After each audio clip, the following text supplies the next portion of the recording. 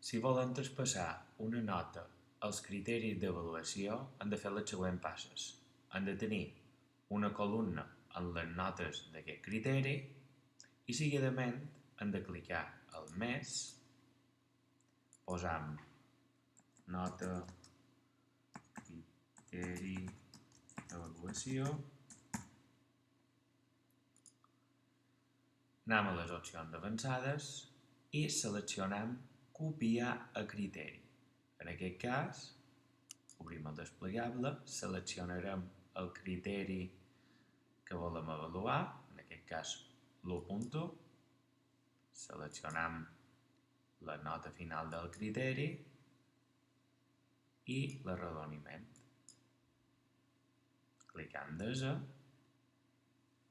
i aquí ja hauríem configurat la columna correctament per avaluar el criteri. Si veiem que hi ha el criteri d'avaluació 1.1 i si clicam sobre la i de la informació ens apareix quin criteri volem avaluar, vol dir que està correctament configurat.